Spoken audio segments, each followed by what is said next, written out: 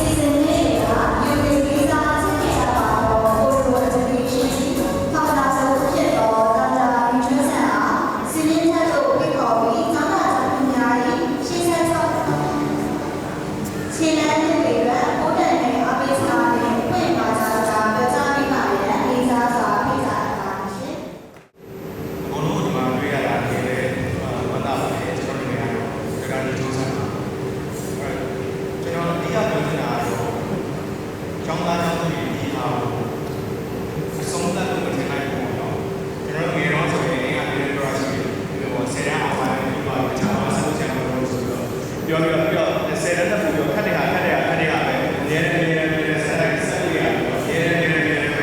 ကြိုးစားပြီးလုပ်ပါတယ်ဒီဟာအခု OSSC အောင်မြင်ပြီးသွားတယ်စေတောင်းဝင်ဝင်ရပါတယ်တခြားအမေတွေဝင်ဝင်ရပါတယ်ဆိုတာဒါကအဆုံးသတ်မဟုတ်သေးပါဘူးအခုမှခီးနန်းအစပဲရှိနေပါတယ်အဲ့ဒီဟာကိုဘယ်တော့မှမမေ့ပါဘူးဘာလို့လဲဆိုတော့ဒီကတော့စေတောင်းမှာဆိုလို့ရှိရင်ကစာတွေကအခုသင်ထားတဲ့စာတွေကအစာပေါင်းများစွာပုံထပ်ပါတယ်အဲ့ဒါလည်းဒီ OSSC ပဲဆိုဘာပဲဒီမှာဒီမှာစနစ်ပဲဒီမှာဟို A-level ဆိုပြီးတာစေတောင်းစာအခုသင်ထားပြီးသားစာတွေအများကြီးပို့ပြီးတော့ထပ်ပါတယ်အဲ့ဒါကြောင့်မလို့ effort မထုတ်ဘူးဆိုလို့ရှိရင်ကိုကတော့ကြံခဲ့ပါပဲအဲ့ဒီဟာလေးကိုတော့တတိထားပေးပါဒီနေ့လည်းပြောဖို့ကောင်းတဲ့အချိန်မှာလည်းစိတ်ကိုကောင်းတဲ့စာလို့ပြောရတယ်ဆိုတဲ့ကြောင်းလေးရတယ်အကုန်လုံးအောင်မြင်နေကြလို့ပါနောက်ဆုံးနေ့လို့ရှိရင်ကိုယ့်ရဲ့နာမည်ရှိမှာတော့ထည့်လို့ရအောင်အခုတည်းကစပြီးတော့စိတ်ကိုပြင်ပြီးတော့ဝင်လာကြပါအဲဆိုလို့ရှိရင်တော့အကုန်လုံးစိတ်တွေပါပါ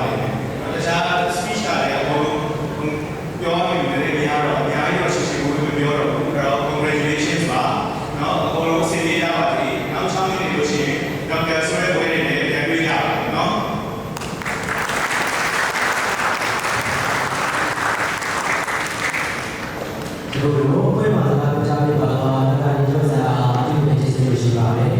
ဆက်မှန်ပြီးဖွင့်မှာစကားကြားပြပါရဲ့ဘာသာမတ်ဒါကရှိပါလေဟာဖွင့်မှာစကားကြားပြပါရဲ့အနေစားဆောင်လိုက်ကြပါတယ်ဗျာ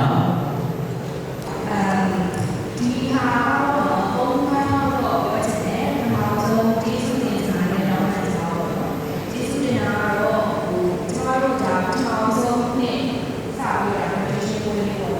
ကျွန်တော်ဘာမှရှိတဲ့အချိန်မှာကျွန်တော်တို့ယုံကြည်ပြီးတော့အနှံ့ပေးကြတဲ့ကျောင်းသားကြီးတွေနဲ့အကောင်းဆုံးထူးခြားရေးကြတဲ့ကျောင်းသားကျောင်းသူများကျွန်တော်ရဲ့အတူပေါ့နော်လည်းလုပ်ခဲ့တဲ့ဆရာဆရာမတွေကိုလည်းအားလုံးကျေးဇူးတင်ပြောချင်တယ်ဒီချိန်ထဲမှာလည်းပေါ့နော်ဒီလေးပေါ့ကျွန်တော်လည်းနည်းနည်းကိုစိတ်ကိုပေါ့တယ်ပေါ့ပြောတာဒီနေ့အားလုံးဆိုရှင်နည်းနည်းပြောတယ်ပေါ့ပြီးတော့ဒီဇာတ်ရည်ရပေါ့ဒီမှာဆက်သွားရဆိုရှင်လည်းဒါမှလည်းဒါမဲ့ဒါကတော့စိတ်နာဇာတ်ရည်ဆိုတဲ့ဒီပေါ့နော်ဒါကတော့အမှန်စာပါနောက်တစ်ခါကျတော့မိဘတွေပြောချင်တာပေါ့ဆိုတော့ကျွန်တော်ဒီ2026ဒီခုဒီနှစ်နောက်ပိုင်းကျွန်တော်တို့ရှင်အဲဒီ2027မှာမိဘတွေဝေးသွားတဲ့နေရာမှာဘာလို့ပြန်နေကြတာလဲနော်အဲ့ဒီအချိန်မှာဒီကိုယ့်ရဲ့အားကြီးကိုချို့ဒီမှာကျွန်တော်တို့ကိုယ်လေးထားရည်ကိုတော့လူအားလေးသိနေတယ်နော်ဒါပေမဲ့ကိုယ့်ရဲ့ဝေးသွားတဲ့အချိန်မှာဒီလက်လက်ကျွန်တော်တို့တွေကကောက်တော့ဒီချက်တာအရှင်းလို့ဒါဆက်ဖြစ်မှာနော်ရတဲ့အချိန်လေးမှာစပြီးတော့ training လေးပေးစီချင်ပါတယ်ဒါမှသူတို့ကိုယ်နဲ့ဝေးတဲ့နေရာမှာအစီအစဉ်တွေနဲ့လုပ်နိုင်ကြတယ်ပေါ့နော်ဥပမာထားပါတော့စီကူလောင်သွားတဲ့လားပါစီကူလောင်သွားတဲ့ဆိုလို့ရှိရင်ကိုယ်မျက်စိရှိမှဆိုရင်ခရီးဆိုင်ပေးလို့ရတယ်စေးထည့်ပေးလို့ရတယ်နိုင်ငံခြားမှာရောက်နေတဲ့ချိန်စားလို့ရှိရင်ကျတော့ဗီဒီယိုကောခေါ်တော့ဘာလို့အောင်လဲဒီလိုဖြစ်နေတယ်အဲ့ဟာတော့ဆိုရပေါ့နော်ဒီလိုကြောင့်မလို့ခုရှင်တွေကကိုသားသမီးတွေကိုအကောင်းဆုံးလုပ်နိုင်အောင်လို့အိမ်မှာတင်ကြားပေးဖို့အကြံပေးချင်ပါတယ်ပေါ့နော်နောက်တစ်ခုကတော့ကျောင်းသားတွေပြောချင်တာပါဒါကတော့note for life ပေါ့နော်အဲ့တော့be humble respectful and be kind အဲ့ဒါလေးကိုပြောချင်တယ်ဘာဖြစ်လို့လဲဆိုတော့ကိုယ့်ရဲ့ဘဝအိမ်မှာကိုယ့်ထက်ပါတဲ့သူတွေကိုယ့်ထက်တော်တဲ့သူတွေရှိသလိုကိုယ့်ထက်သင်ကြားနေတဲ့သူတွေကိုယ့်လောက်အပြည့်စုံတဲ့သူတွေလည်းရှိတယ်အဲ့တော့အချိန်တိုင်းမှာပေါ့နော်အဲ့လိုကမဖြစ်ပါနဲ့ခေါက်ခင်ဖြစ်ပါနဲ့ကိုယ့်ဟာကိုrespectful ဖြစ်ရမယ်နှိမ့်ချပြီးဆက်ဆံတတ်ရမယ်ကိုရရှိနေတဲ့ဘဝကိုရရှိနေတဲ့အနေအထားအခြေအနေ situation ကို appreciate လုပ်ပြီးတော့နေထိုင်ပါလို့ပြောကြားချင်ပါတယ်ရှင်အားလုံးကျေးဇူးတင်ပါတယ်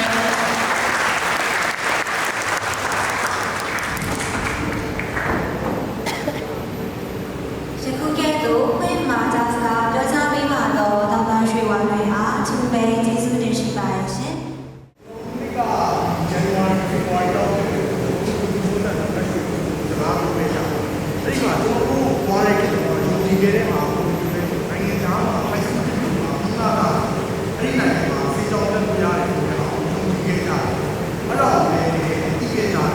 ဒီကတော့ကျွန်တော်ဒီစားလို့မြန်မာမှာစေတောင်းတယ်ဒီကဲတော့ဖွင့်နေတဲ့အကြောင်းရှိတာအဲ့ဒီမှာအကြောင်းသားရှိအဲ့ဒီကမှာကျွန်တော်တို့ကိုစားတယ်စေတောင်းတဲ့လူချက်ကတော့ဖိုက်စစ်တွေမှာ transcript တွေနဲ့ဘယ်မှာကျွန်တော် prepare high interview training ကိုလည်း experience ဒီ interview မှာတော့ဒီ high ကိုမအားတာအောင်မြင်စွာရရှိနိုင်တာဖြစ်တယ်။အဲဒီတော့ကျွန်တော်တို့ဇူလိုင်လမှာစပြီးတော့ကျွန်တော်တို့စ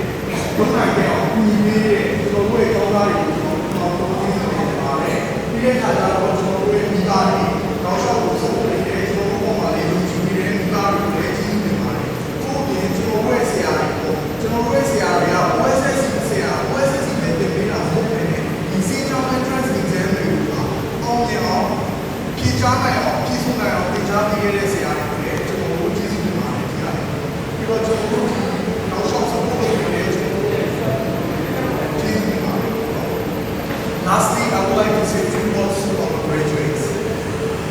You have not only earned the OSSE diploma, but also have acquired admission to some of the most prestigious universities in Europe.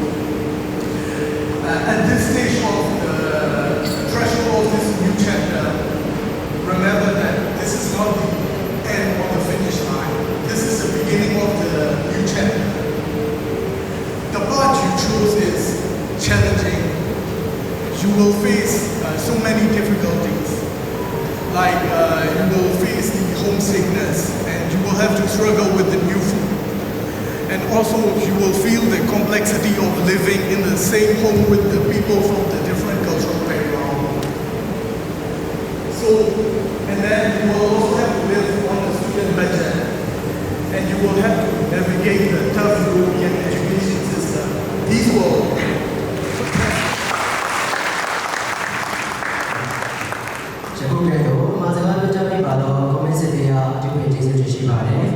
Season 3ရဆရာဆရာမများကိုစားဆရာဒေါက်တာကျော်စောမှကျောင်းသားကျောင်းသူများအတွက်ရေရဲစကားနဲ့စုံစကားတွေပြောပြပေးပါရဲ့စင်းပေါ်လုံးလေးစားဆောင်ပေးပါပါရခင်ဗျာ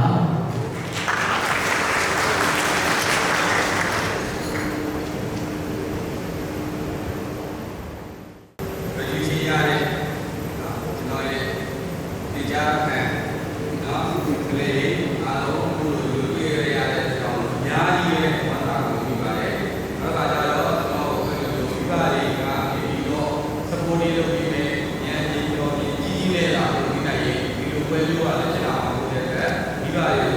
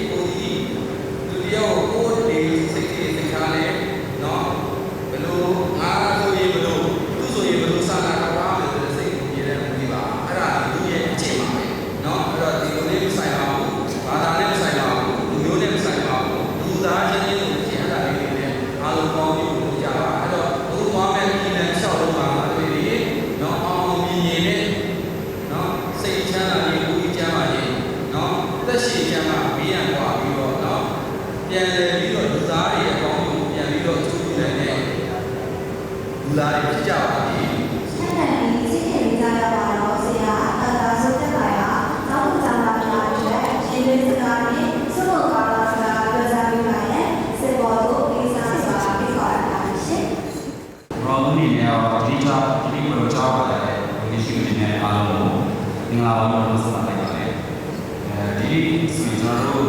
ဒီဒီမှာတော့ဆိုရင်ဘုလိုရဲ့ OSSC graduate တွေအတွက်ဘုလိုမျိုးစာသားတွေပြောရတဲ့အားဖြင့်တော့ဒီလိုမျိုးမှာကျွန်တော်တို့ဘုစာပေါ်ရတဲ့တော့ကျွန်တော်ပတ်လာပါတယ်အဲ့တော့ဒီမျိုးပေါ်ကြတော့တဲ့အချိန်ဒီမှာပါရတဲ့တော့ကျွန်တော်ရေရမ်းရရတယ်နောက်ဆုံးပြောချင်တဲ့ဘာလို့ကျွန်တော်ရဲ့ OSSC တွေမှာတော့ဆက်စားရတဲ့စာပေါ်ရည်ရှိဆိုတော့ပါတယ်စကားဆောင်တော့ပြောပြရတယ်ပါဆိုတော့ကျွန်တော်ပြောလိုက်တာကျွန်တော်တို့ကတော့မျိုးဒီကျွန်တော်ရဲ့ဆောင်းတာတွေဖိလိုက်တဲ့ပုံကဆက်ပြောတဲ့စာအချက်တွေလိုက်ကျွန်တော်လိုက်တာဒီစက်တာလည်းကျွန်တော်ဆက်တဲ့ပုံတွေပြောပြတာနောက်တစ်ခုကတော့ဒီလာတဲ့စက်တွေလိုက်တာ facility ကတော့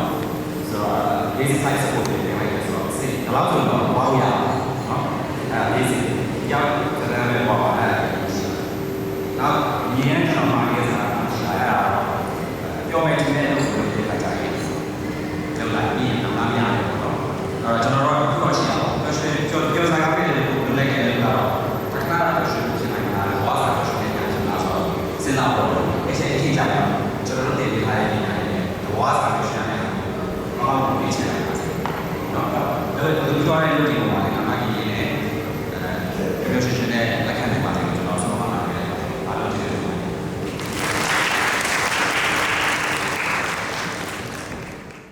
မအရင်ကကြောက်အောင်မှာစေတီပေါ်လို့ဆွေးနွေးနိုင်ပြီးပါရဲ့ဖိတ်ခေါ်ပါတယ်ခင်ဗျာ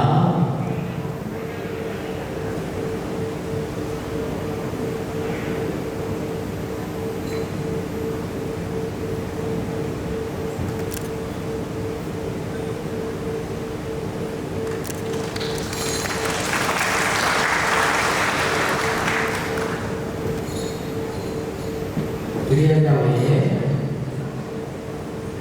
မောင်ကျူအောင်မှာစေတီပေါ်လို့ဖိတ်ခေါ်ပါတယ်ခင်ဗျာ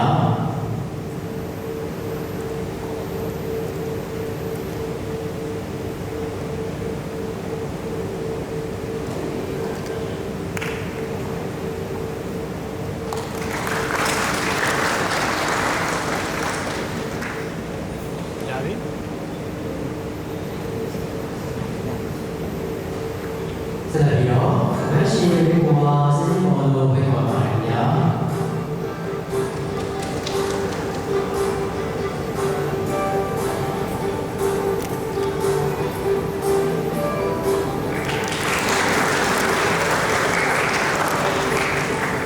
ဆက်လက်ပြီးတော့မတော်ဘူးအင်္ဂါစေတီပေါ်လို့ဖိတ်ခေါ်ပါတယ်ခင်ဗျာ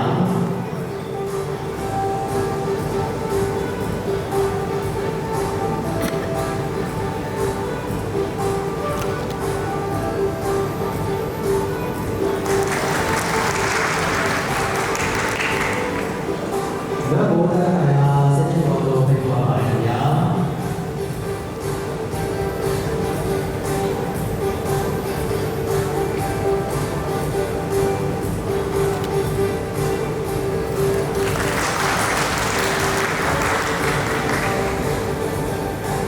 မလည်းယူအားစေတီပေါ်လို့ဖိတ်ခေါ်ပါတယ်ခင်ဗျာ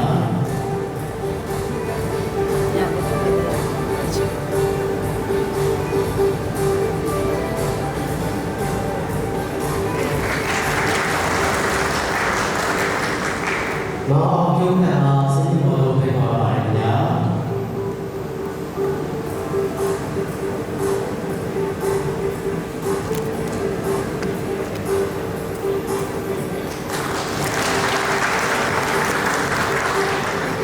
လက်စီလာကေအားစေတီပေါ်လို့ဖိတ်ခေါ်ပါတယ်ခင်ဗျာ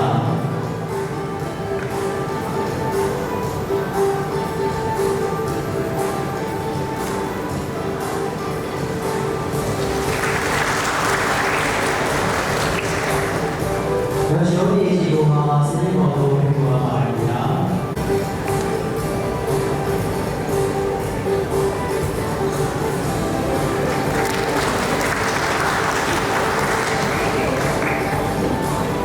မောင်ကန်းစော်လေးအားစေတီပေါ်လို့ဖိတ်ခေါ်ပါတယ်ခင်ဗျာ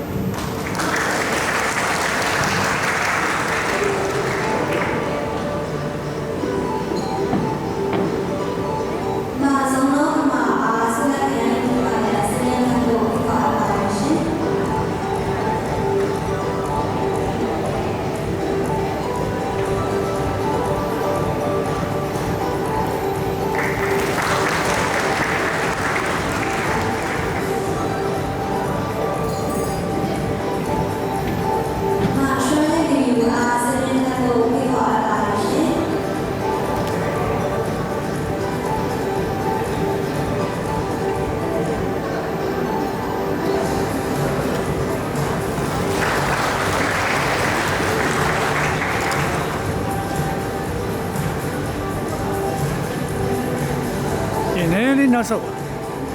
တ်တယ်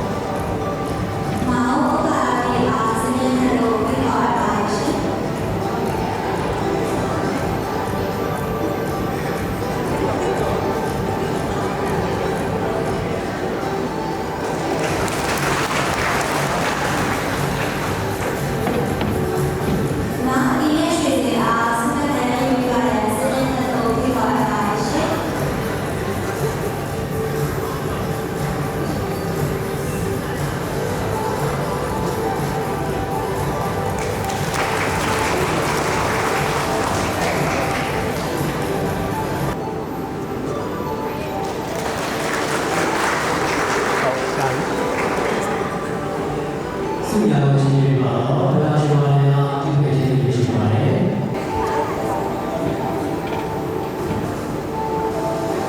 ဆုရတဲ့နေပါရဲ့မတိရုရှိစရာစိတ်ပေါ်တော်ပါပါတယ်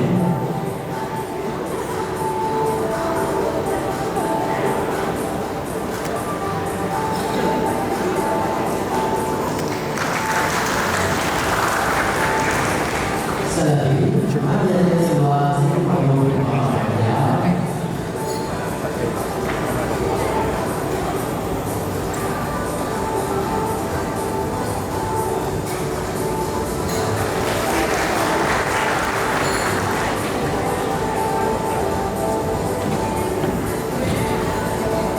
ဆက်ပြီးဘဝရောပါတော်စိတ်ပေါ်တော်ပါဗျာ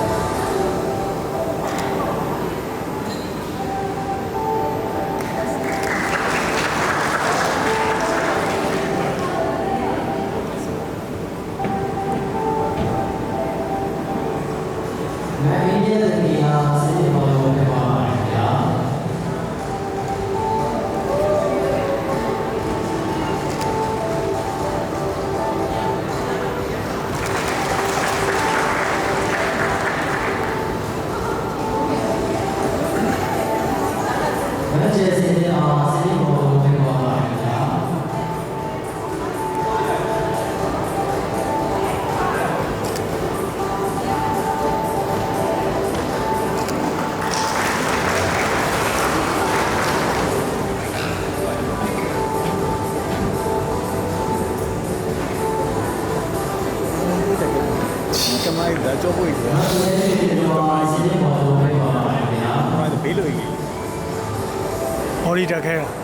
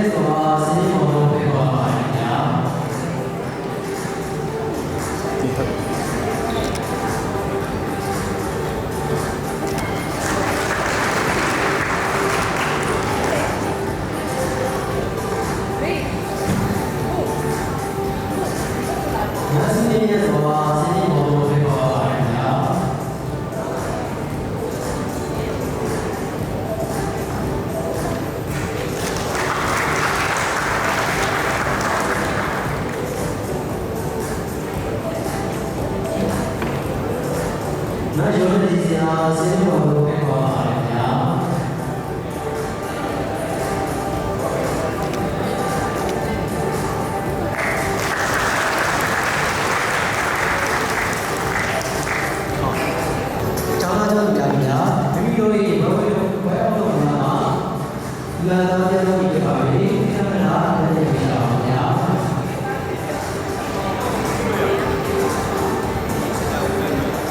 ကျောင်းသားတို့များပြီးဘုရားများမှာမြင်လာဖို့ညာဘက်မှာဘယ်ဘက်ကိုကျောင်းလိုက်ပါဗျာမလို့ရတယ်လေနေရာနေရာပါဗျာဒီပါဗျာကျောင်းသားတို့များကွန်ပျူတာပေါ်မှာတရားဖြည့်ချင်းပြကြပါဗျာ So good afternoon to our respected parents, teachers, founders, distinguished guests, and our fellow graduates. It's such an honor and also a privilege to stand before you today. And as some of you may know, my name is Ina Shizit, and I'm from Yangon campus. So for all the graduates here, today is the day that we all have been waiting for. A day that marks the end of the chapter, but also the beginning of another. So as we prepare to go to separate ways and pursue our dreams, I believe that none of us would have reached this milestone without the love, support, and guidance of the people who have stood by our sides throughout this journey. So today, I would like to take this opportunity to express my heartfelt gratitude to each and every person who has supported us along the way. So first and foremost, I would like to thank my parents who have been there whenever I feel discouraged and wanted to give up. I want to thank you a lot. Shout out to my parents there, and your unconditional love and support really made me move forward and get into the university that I want to get into. So because of you, you're such a big part of my life, and I'm really grateful for you. And secondly, I would like to thank my teachers because, like, for the entrance exam that I have to go into, you guys,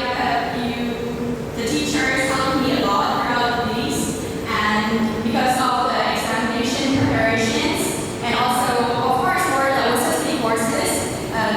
because of the teaching style of the teachers, I feel like we can pass down a lot and we can gain lots of knowledges from it. So I'm very glad that you were my teachers, and thank you for believing in our dreams and also giving us the opportunity to pursue them. And to our founders, I would like to thank you for creating this opportunity for us. So without your vision and dedication, many of us would not have had the opportunity to experience such a warm and also lovely environment for this school. So because of that, I'm really grateful for three of the founders right here. And also, even despite the title of founders, I feel like we're very close to each other. For example, like whenever we have problems with our studies or even with the university applications or with visa processes, you are always there. You always find a solution to solve these kind of problems. So I'm very glad that you were there in order for me to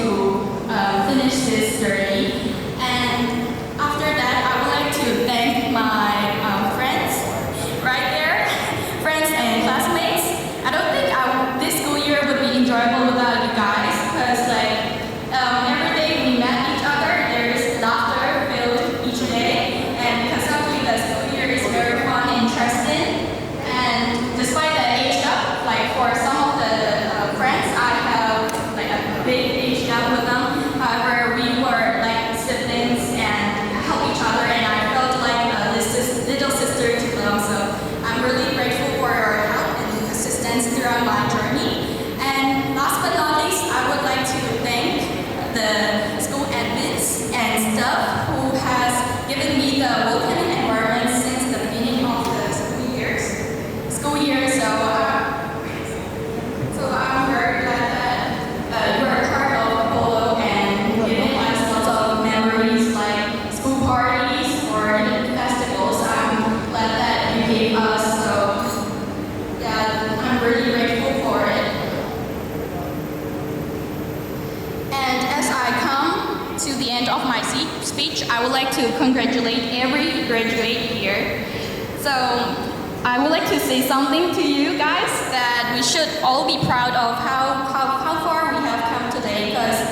we are one step closer to our dreams, which is attending to the university and becoming a doctor. So now we're not graduating and just wait for the way to go to the university. So if we cross paths again in the future, I hope that we carry with us not only the knowledge we gain, but also the friendships, the lessons, and the memories that stay with us together. And I will always cherish the moment. So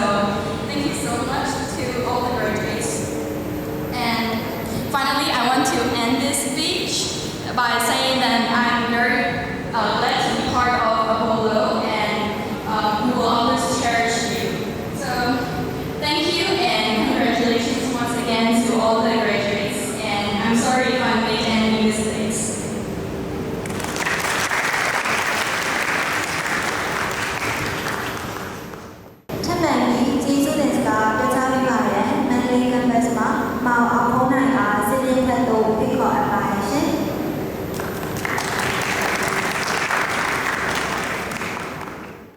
Good afternoon, everyone. Our esteemed teachers, once again, good afternoon, everyone. Our esteemed fathers, teachers, our proud parents, and also distinguished guests, and our honorable graduates. Good afternoon. So I'm very honored to be one of the delivering the speech here today. So gathering up here today to receive the university diplomas has been so much more than a pleasure and milestone in our life. Yeah. So throughout the journey, I think we have encountered big obstacles in our journey, and one of them is the pressure and the expectation from the society. So we all have been measuring and putting ourselves in a relentless race against everyone,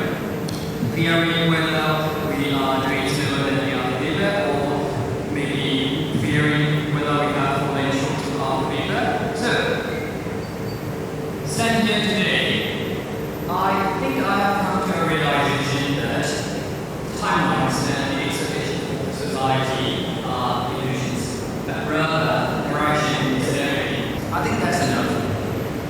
Yes. So, as we stand here today, I would like to also use that quotation. So, that quotation goes to love someone long term, to love someone genuinely, is to attend 1,000 funerals of the people that they used to be. So that someone could be you. I'm sorry to be saying this, but the path that we have chosen is very hard. It's full of obstacles, depressing episodes, and so many things. But if we are trying our best to get to the place that we genuinely want to, that's also enough. And I would also like to add that growing up is more like sacrificing and saying quite goodbyes to what we once were. And yes, and another thing is that as we stand here today, we would like to offer our deepest gratitude. So if it hadn't been for your care, education, and your sympathy and your own grace, we would not be standing here today. So I give you my heartfelt gratitude. And another thing is that to our friends and family members who were there when we were struggling, when we were wrestling with our unfinished assignments and exams. So thank them. And lastly, I also would like to add some people who were part of the journey for unfortunate reasons they couldn't be here today or would not walk the same in the future. So I would like to say we remember you were part of the series, and you were part of the things that shape us to become who we are today. And I would like to end the speech by saying be incredibly proud of yourself, and don't forget the version of you, the version of your old desires and your old goals that you had to let go of to become who you are today. And once again, thank you everyone for being part of the journey, and congratulations class.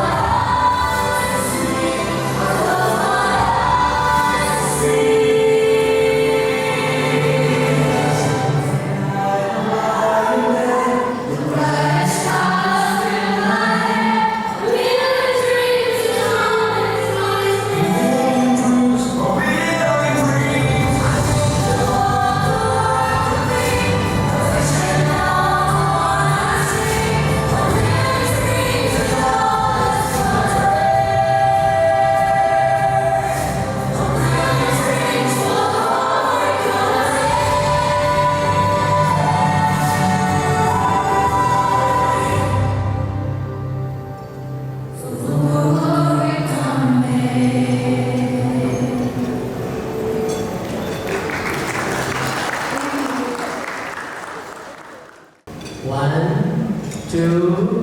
3.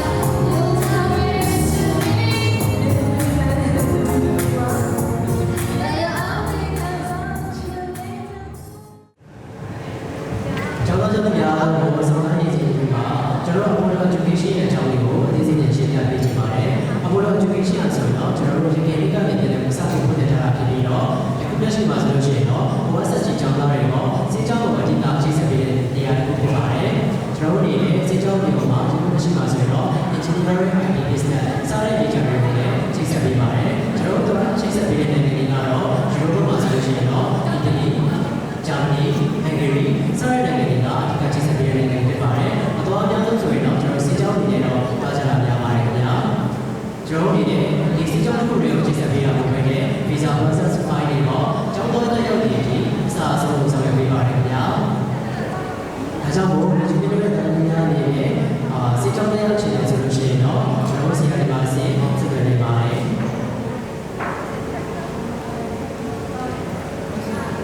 ဒါဆိုတော့ဒီဆုံးလို့ကျွန်တော်တို့ကတော့ဗီဒီယိုနေရာဒီမှာတင်ပြပေးကြပါမယ်ဗျာ။ Okay ကိုနားလည်းကျန်တာမှာစိုက်စားတော့ဖြစ်ပါတယ်ခင်ဗျာ